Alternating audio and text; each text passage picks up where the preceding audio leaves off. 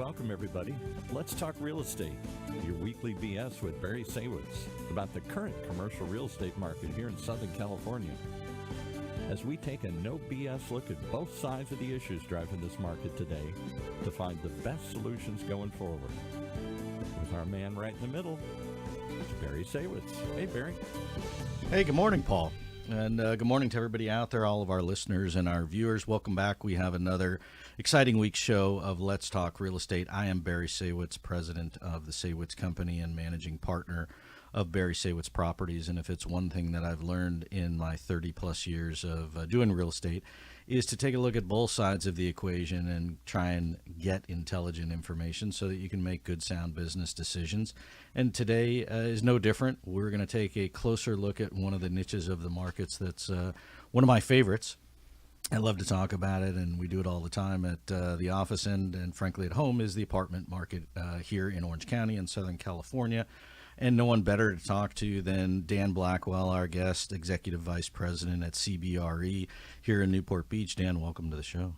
Barry, thanks for having me. Yeah, so before we get started, I want to do a quick shout out. Today's shout out is to all the lifeguards out there. It's summertime. The beaches are packed. All you folks out there that help keep the beaches safe and sound and rescue those in need. Thanks for doing what you're doing, and I'm jealous because you got a better tan than I do. So for today's show, we could probably talk all day. I want to drill down and I want to talk about the apartment market in particular, but certain aspects of it, since I believe it's really in the midst of getting ready to change and evolve, as it always is. And so, Dan, you've been doing this for a while, and I guess first your team at CBRE is really the preeminent multifamily team here in Orange County, and CBRE as a whole, the largest commercial real estate brokerage company in the world. How does the company look at it, and how does your team look at Orange County as an apartment market as a whole relative to the rest of the country?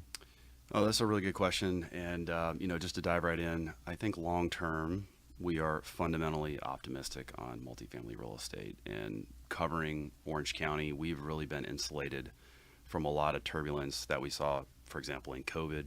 Fundamentally, it's very, very sound, very low vacancy rates historically, rental rates continuing to rise over time.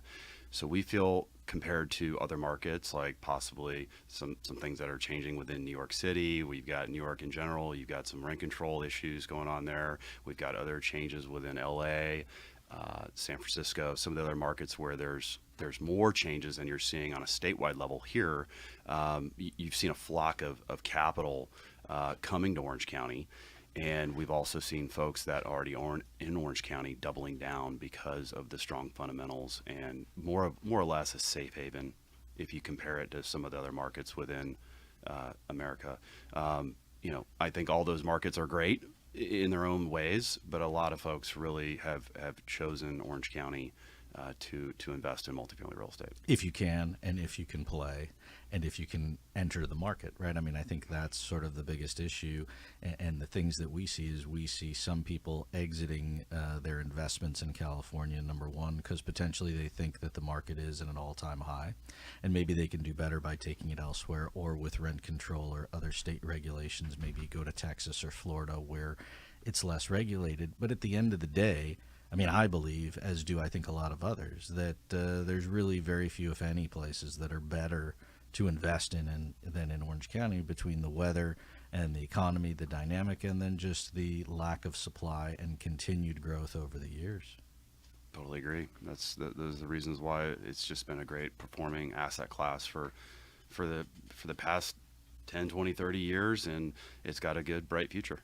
And so I want to rewind for a second, because you look at pre-COVID and you look at what the apartment market was doing at that point. And while, in my opinion, it was chugging along and things were fine and cap rates were slowly going down and people's investments were slowly increasing and everything was doing well, you did not have massive rent increases and you did not have massive price increases, although everything was on the up. And then COVID hits and you go into a tailspin and you can't really raise anybody's rents. You can't even really get anybody to pay so easy.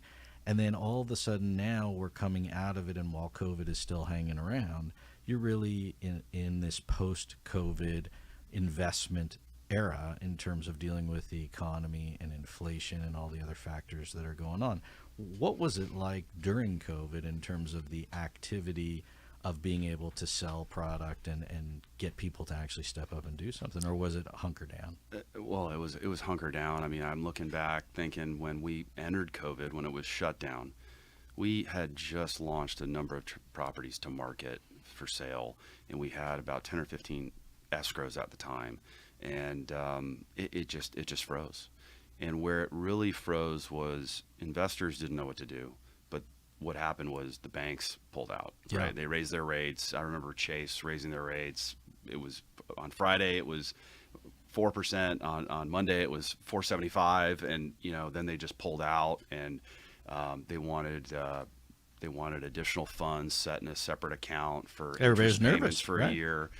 So those few months there wasn't a whole lot going on. It was maintain and keep the transactions together that were currently under contract, and then find the market, right? And I think a lot of people were really concerned about, myself included. We were just like, are people going to pay rent, or what's going to happen?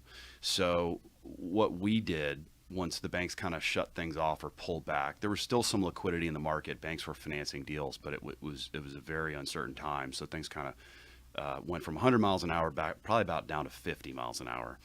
And we already were sizing and evaluating multiple multifamily assets in Southern California. We had all the books and records. We were seeing that collections a few months later were still in the 90s for occupancy. They were 92, 95 collectively, and we surveyed multiple buildings, small, medium, large, various markets, and we started putting out videos about it and was sharing it with other owners, because nobody knew what other people were. Right. We didn't know the collections. Now we saw that LA, that when we surveyed LA on a macro level, I mean, they were probably at some point, they were in the 80s in collections overall. And in Orange County, we surveyed thousands of units, and we were never lower than 90, 92%. So that really, we chose to push out the truth, but also it's optimistic. It's not doom and gloom. This is what's really happening. Everybody else is collecting rents. So we kept putting that out. We did that for 20 months running. Every month we did a rent collection video, sent it out. But about when the banks found that the market was stable, probably about 90 days into COVID, they turned the lending back on. Things started stabilizing. Full steam. They really went full steam. Rates dropped. Right. It just kicked back into gear, and then you just saw it just run. And so now let's fast forward, because if we rewind to January, rates all-time low, activity all-time high, prices all-time high, cap rates all-time low. I mean, I don't, if there was a pinnacle of the bell curve, I would say it's first quarter of this year, even with all the supply chain issues and COVID and everything else.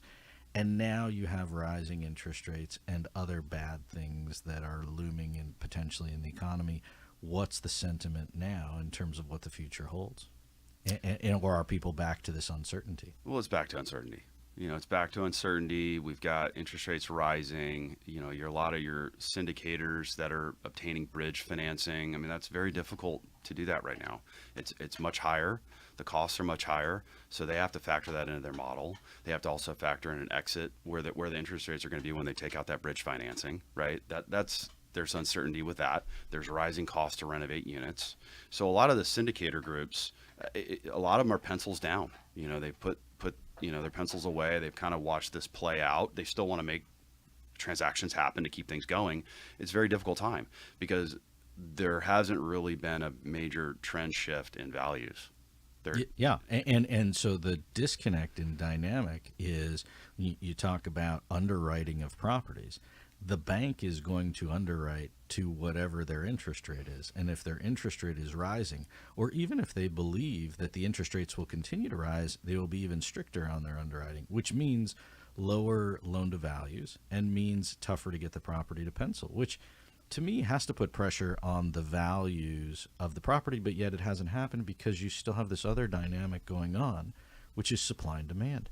Because you still have extremely low supply, and so you still have money out there chasing deals. The question will be, where does it go at the end of the day? Can you buy a property at a 3 or 4 cap and then go finance it at 5 or 6%? And does that really hunt at the end of the day? Yeah. Or does the guy put his pencil down and say, I'm gonna wait, and who buys that?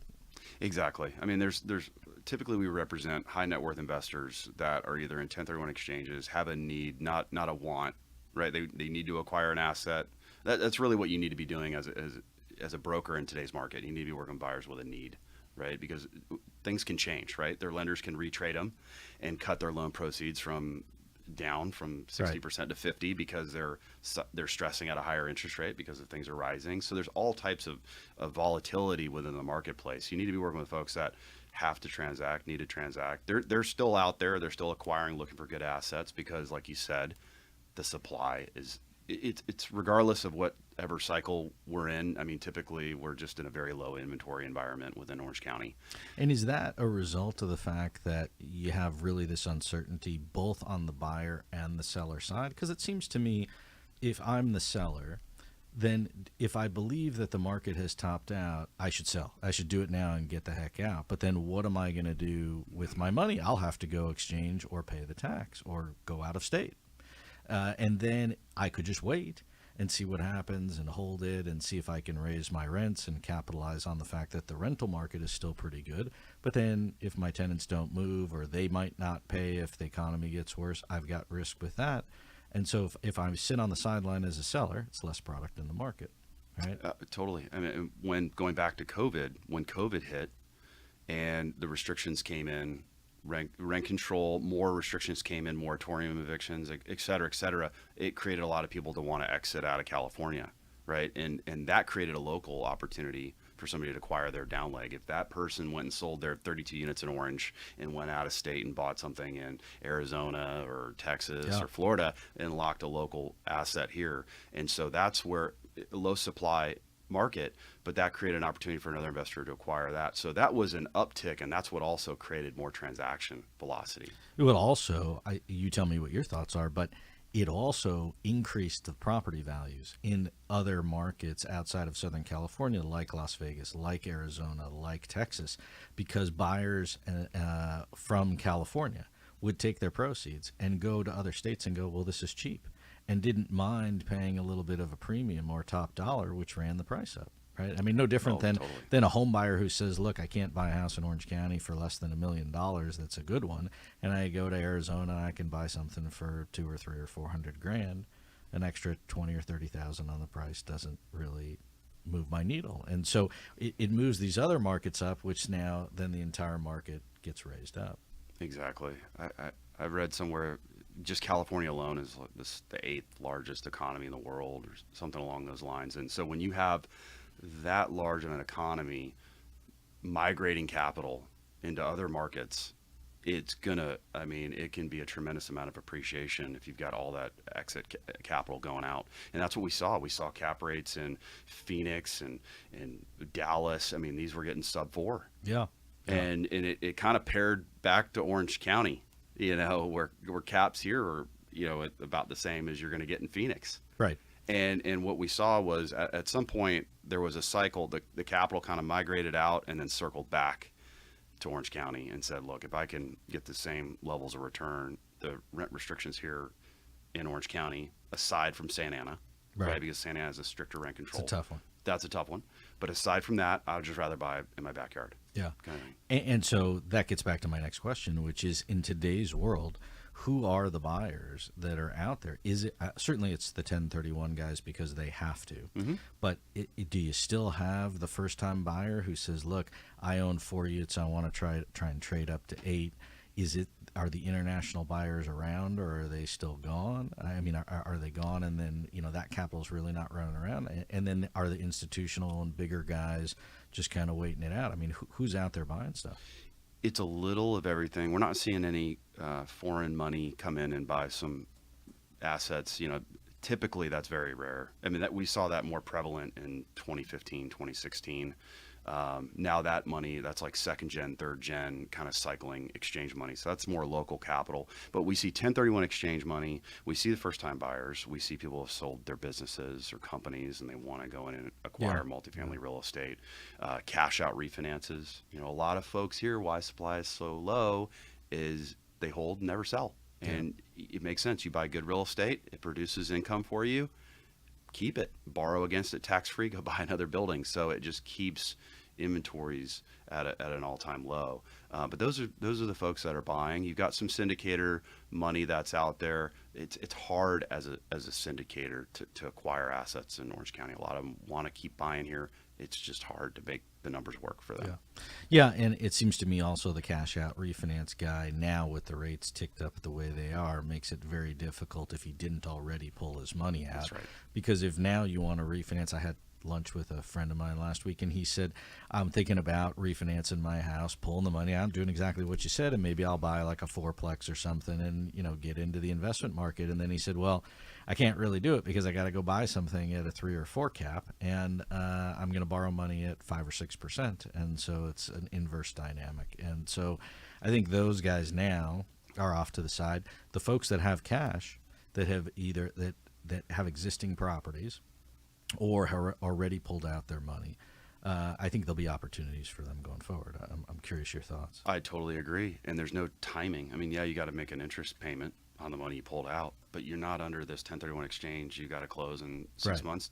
So you can kind of wait and watch things play out. And I think that's majority of buyers in the market are like, if I see an asset that's compelling enough with a value add story that's compelling enough, I'll put my money to work now. But if not, I'm more or less kind of like going to wait things until the second half of the year's out. And that was one of the other questions I had for you as well is, so the buyer that's out there, the majority of them, are they value add where they buy a property, fix it up, make it nicer, and try and capitalize on the rents because the rental market is so tight and rents for available units, if you can find them, are really at top dollar? Or is the guy who, let's say in the 1031, does he just buy it, raises everybody's rent a little bit, and then doesn't spend any money and just sort of chugs along? It seems to me like the play has to be that you have to add value to the property. I mean, the do nothing doesn't get you the return you need. Yeah, unless you can buy a turnkey asset that doesn't really That's already need fixed up, anything, right? Like you're going to have to do some level of rent increases and stabilize the asset to its potential. It just depends on the asset. We're bringing assets to market where they're 80% stabilized, right? And that's better because you get better loan proceeds. Right. It's going to fit for an exchange buyer more likely than not. That's the most popular. If you can get something that's kind of near the interest rate to where you don't have negative leverage, where you're not borrowing at 5 and buying a 2 cap. Right. But if you can get around a 4 or a little north of a 4 going in, and there's a little upside to it, I mean, those are going to clear the market in today. And how does that work for the folks out there that aren't familiar? So you buy an apartment. I know how it works, but I'm asking you. Sure. So for the guy out there that buys a property and the rents are low, how do you get the rents up with rent control in place and with the rising costs of just materials for renovations? That to me is the challenge. It's a big challenge. I'm doing it on a small scale personally, and you're watching your costs run. You have to weigh out, is the cost is the benefit worth it, right? To what's your return on cost? Do you want to push rents and potentially get a vacancy? You got to factor all those things in. So I think the biggest thing right now is, come August 1st, we as housing providers can raise rents 10% in Orange County, outside of Santa Ana. Santa Ana has a 3% cap this year. So not everybody's going to go push out 10% rent increases, but I think more people will take it because they might not be able to in the future if CPI is lower, right? Look, somebody who owns a lot more real estate than me said to me, if you're not raising rents 10% as a landlord across the board, you've missed out on the opportunity because you'll never be able to recoup it, right? And the market is clearly more than 10%. I've read articles where rents are up, 18, 20, 25%. Yeah. And in some instances where you have tenants where maybe a landlord, I know we have it, where we didn't raise people's rents or raised it very little during COVID to try and accommodate our tenants.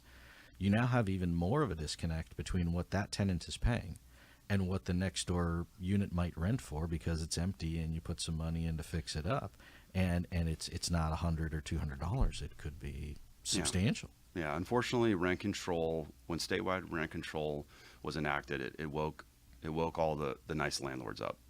It woke them up. Yeah, well, look, it forces you to I guess, get with the program. Yeah. Because if the landscaper raises his price 30%, if chlorine for your pool is up 100%, if lumber is up 400%, and natural gas is up 1,000%, how can you as a landlord keep pace? You have to raise your rents. It's the only opportunity that you have to be able to try and keep pace, which sucks for the tenant because at the end of the day, the consumer winds up paying more.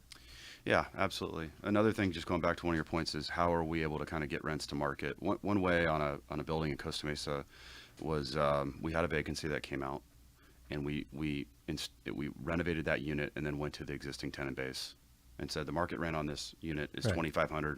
We'll rent it to you for $2,100, and then a good tenant moves into that unit, unlocks their unit. Then you can go in and renovate their unit, and it's transitioning building. We've seen a lot of investors transition units. Yeah. And you don't get to market, but you get closer. We've gone back to existing tenants and said, look, we'll do a partial remodel. You don't have to move. I'll get you new appliances. I'll get you new carpet or new flooring or new blinds or something. I can't gut it because you're living there. But those are things as well, creative ways to be able to try and get the rents up. And then at least the tenant gets some benefit for the fact that they paid more as opposed to I just had to pay more for nothing. Exactly. Right? Yeah, really good point. So in terms of, let's talk about the impact of the interest rates, because I've got to believe that if the general population believes that interest rates will continue to rise, or next week I believe certainly they will rise, then what does that do for the perception of going forward for buyers in the market? And is it a self-fulfilling prophecy that if interest rates go up, the value needs to come down? Or is it just I have to readjust myself in terms of what the returns are? Yeah, I mean, the stock market, when things happen, it's either already priced in or it gets priced in pretty quickly. Right. Real estate, it doesn't happen that way. It usually takes some time. Usually it takes about 6 months for owners to feel like, okay, this is a trend. This isn't, a blip. This is the market's adjusted. Cap rates are up 25 basis points trailing. So if I'm a seller, this is where I need to be. So it usually takes about at least 2 quarters for it to price into the trend. Back in Q4 of 2018, early 2019, I remember getting a Chase loan. It was 4.75%. And that had run up, and the market transaction volumes really dropped. But then you look at it today, and it's not much more than that. I mean, the other side of it is it's all relative. Relative to getting a 3% loan, the rates today are terrible. But relative to historic interest rates, if you rewind, it's not that bad. But it is an adjustment relative to you also can't buy it at a 3 cap. And yeah, I mean, everything back to your January, when the bell curve was at, its tip top, everything was kind of priced in. All the great things about what we have in multifamily real estate, location, rents, occupancy, everything else, the cap rates were already priced in. So with interest rates rising just 100 basis points, it can knock out 20, 25, 30% of your cash flow. Yeah. So it does matter. So what do you tell sellers? Is it a good time to sell, or do you wait and see how it unfolds? I think it really goes back to why is the owner looking to sell in the first place? Aside from the market, like their personal need. And if it makes sense for them to sell, if it's, I want to 1031 exchange, get into something passive, or I own it within a partnership and I just want to move on and do my thing, or I've got a stepped up basis, I don't have to pay a lot of tax, I prefer to sell. If that makes sense for them to sell on a personal level, on a market perspective, this is still a really good time. Right, because the values are still high. This is amazing. And the converse of that is, if I'm a buyer, do you buy or do you wait? I think it's if you find something compelling enough to put your capital to work. Don't buy for the sake of buying. That's right. Right. Make sure especially because you're gonna own it for a while. The whole I buy it and I sell it in a year and make money thing, I think that one's over too. I agree. At least for the short term. I agree. And you got some folks. I believe this is the last year of 100% bonus depreciation. So you got some folks that would like to get something done year end, but they're not stressing about getting something closed right away. They kind of still want to balance out waiting a little bit to see kind of what comes up. But I think it's just you get the right asset in a right location. One of my mentors told me back in the day, he's like, buy a bad deal in a good area. I'm like, what? And But at least it'll go up long term, right? If you own something long enough, it should go up. just hold on, just don't sell. So yeah.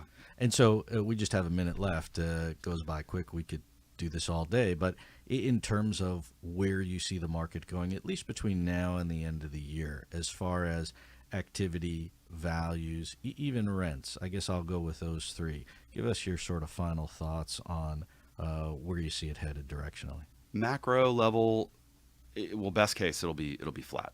It'll be sideways, right? It could be down a little bit depending. In pricing. As far as interest rates, most likely it's going to be higher, right? We have to factor that in. I think the rents, there's still a lot of room to raise rents, and I think that probably will offset some rise in cost of capital. That's why I'm not too bearish on values. So I think it's if you blend it all together, it's probably going to be flat to maybe down a little bit. Yeah, and so the word to the wise, I guess, for those folks out there who are thinking of buying, if you find a good deal and it makes sense, call Dan, he'll help you buy it. And if you're a seller and you need to sell, now's probably a good time to do it. I think I'd do it sooner rather than later. And I guess for all of us that are part of it, we'll see how the thing unfolds. That's it. Yeah. So, listen, I appreciate you coming on and sharing your thoughts. I wish we had a 2-hour show. We'd delve into 100 other things I got on my list. But nonetheless, it's a pleasure and always happy to get your thoughts. I wish you and your family and your team much continued success. Thanks, Barry. And appreciate you coming on and sharing your Thanks, thoughts. Barry. Let's do it again. Yeah. So I am Barry Saywitz again, president of the Saywitz Company. For everybody out there, thanks for tuning in. We'll be back next week with more Let's Talk Real Estate. A special thank you to Paul and our producer Sophia and the entire team here at OC Talk Radio. Once again, if it's Tuesday, it's real estate. Thanks for tuning in, and we'll see you again next week.